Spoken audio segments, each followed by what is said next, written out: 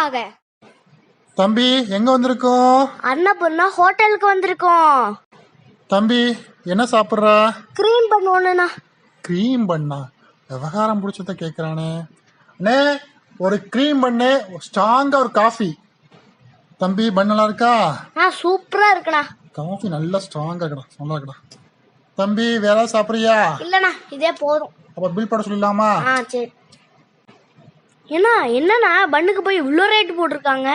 இது GST பில்லுடா. பண்ணுக்கு GST கிடையாதாமா, ஆனா க்ரீமுக்கு 18% GST ஆமா. எல்லாமே கஸ்டமர் நம்ம தலை தான் விழுகும். ஐயோ அன்னபூர்ணா உட்காந்துக்கிட்டு ஜிஎஸ்டி பத்தி பேசிக்கிட்டு இருக்கோமே. தம்பி அரசியல் பேசக்கூடாதுடா, அப்புறம் ஊருக்கு அம்மாமிக்கு கோவம் வந்துடும். நம்மள பாதிக்கிற விஷயம் அரசியல்னா அரசியல் பேசுவோம். ஒரு முடிவோட தானே இருக்க.